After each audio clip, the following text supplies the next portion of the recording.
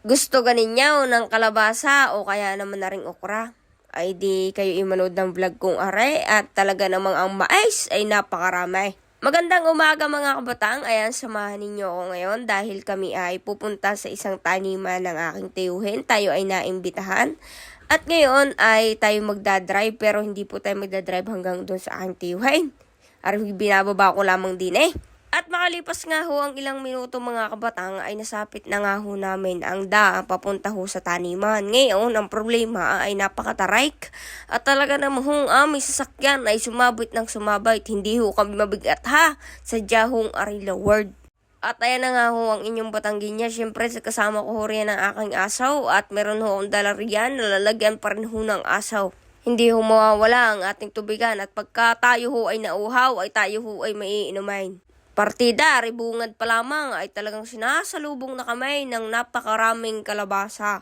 Ay tunay na rin kalabasang aray ay simula bata ako ay paborito ko. Kaya ho ako'y tumingin-tingin at arihong buko na aray ng kalabasa ay masarap ho sa mga bulang lang. Okay, tanin nyo. Talagang hindi ko pipitasit, hindi ho yan natin. Ito naman mga kabatang, ang mga mais na binibinta ng bultuhan at mamaya ho ay paparya na ho ang sadyang mamimili niyan. Ika nga ho kung walang tinanim, walang aanihin.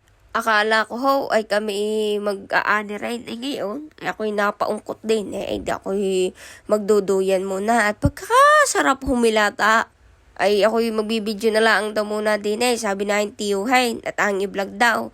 Ay there sitaw. Sa inyo gay anong tawag na ray? Basta rin sa amin ay sitaw. Alam ka ho ninyo, laging sinasabi sa akin ang aking nanay nung kami kaliliitan. Sabi kumain ka ng kalabasa nang luminaw ang inyong mata. Tunay naman hong totoo yun At napakaraming benepisyo ho ng kalabasa kung sa atin hong iisipin. Pagdating ho na rin sa palengke, syempre ho, mataas na ho ang patong na rin kalabasang are. Ay pag di ho direkta mismo sa may-ari, ay di makamura-mura ho kayo. Pero ang bintahan ho ay bultuhan.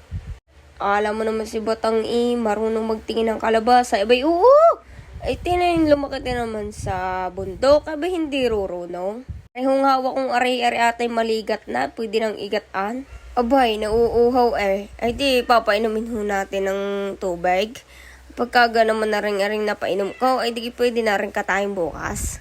Si Parindayo naman ho ay naglalabo ng mais ay aywan ko lang ho at tinatakpan na rin para di daw mamatay ang apoy. Pagkagarnihong bagong ani ay talagang matamis ho ang mga mais, lalo na kung inyong ilalabaw. Ara naman hong manok na aray, talaga namang wala ho rin palag sa akin. Pagkagaling ko gawang humawak ng mga garning manok ay tunay na kahit sa ninyo ako ay kaya kong hawakan. Ay tunay na pag kayo ay hindi nakajakit na gayan, aring dahon ng ukura ay pagkakakatay. Ngali na nga lamang haw na madali ho aring itanim at mabuhay. Tunay na habang yan ay lumalaki ay nabunga. Kaya kayo kung kayo mangunguhari dapat kayo ay nakagarning outfit. Ayan mga batang, dito tayo ngayon sa ibaan at pumunta tayo din sa aking tiyuhin dahil tayo makikiharvest ng kanilang mga pananim. Ay na kanilang mga ukrahan. At aray si Parindayo nakakuha ng panggataw. Sa tagal ko gahong tumira sa bundok, lahat ho ng malilingas na panggatong ay halos ho alam ko na. Kaya arehong kinukuha ng tatay na panggatong na are na madre kakao. Arehoy anong lingas pagkahuin yung ginamit. Kaso ho, ang problema ay medyo mausok-usok ho aray sa inyong mga mata. Kaya ho kayo magtatakip. Malingas nga, magtatakip lang kayo ng mata. Pagkabalik ko nga ho din sa aming tinatambayan ay nakita ko ho ang aking tiyuhay na pangiti-ngiti. Aba, hindi ho yung aso. Aso ho namin niya. Yung tiyuhay ko nakaputi. At ara naman ho si Parindayo ay di pabalik na din kakakuha lamang ng kahoy. Mga friends, kung gusto po nyo bumili ng kalbasa, pupunta po kayo dito sa Ibaan, Batangas. Aking pinsan, kay Pinsan Rodel. Ari naman ho, yung mga magugulang na mais na pwede na ho ninyong ika nga iba nga At yung ginagawa ni Parindayo. Namimiss nyo ka ho, ang prangkaw kay Parindayo. Alay, abangan ho ninyo yung aking mga vlogger ni ho muna ang ating gagawin. Ayan ho muna ang aming lalantakan, nilaga at saka hubi na nga Di nawawala ho, yung pulang kabayong yaan. Ay, wako pampasipag ataw ng mga nagagawa riyan.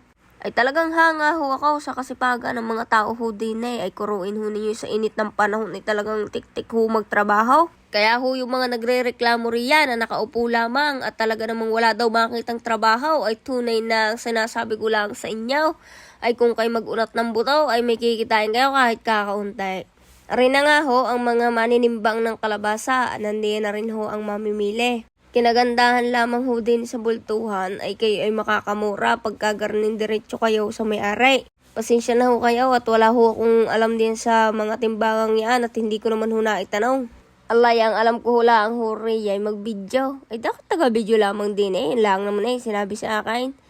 At ayan, pinipili yung maganda sa aray. O hindi pag maganda ay di ibang presyo nun at pag rejected naman ay iwan ko lang kung anong gagawin. Ganyan ho ang proseso niyan, titimbangan ng titimbangin. O.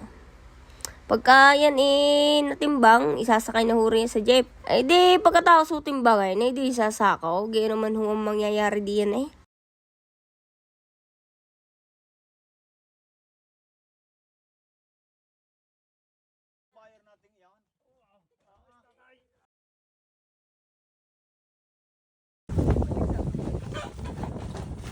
Garne pala ho, mang-alok ng alak si Parindel. Tingnan ninyo ang mukha pag hindi kinatanggap. O, yan, o, tingnan ninyo. Ano hong tawag sa inyo ng ibong aray? Comment nyo nga ho kung alam ninyo kung anong tawag din eh. Ari nga hong aking tiro dahil ay meron pa hong pabaon sa aming ukra. Sabi ko, ibabayaran ko. Ang sabi ka naman sa akin, ikaw kay mayaman ha? Alay, sabi ko hindi. Eh, di, ang ending ho ay dinaiuwi ho namin yung ukrang yan nang wala hong bayad. Alay, gusto ko lang hong pasalamatan si Tio Rodel para ho sa mga gulay na aray. At ayun, i-like and share ho ninyo aray. At arang lamang ho, bye-bye.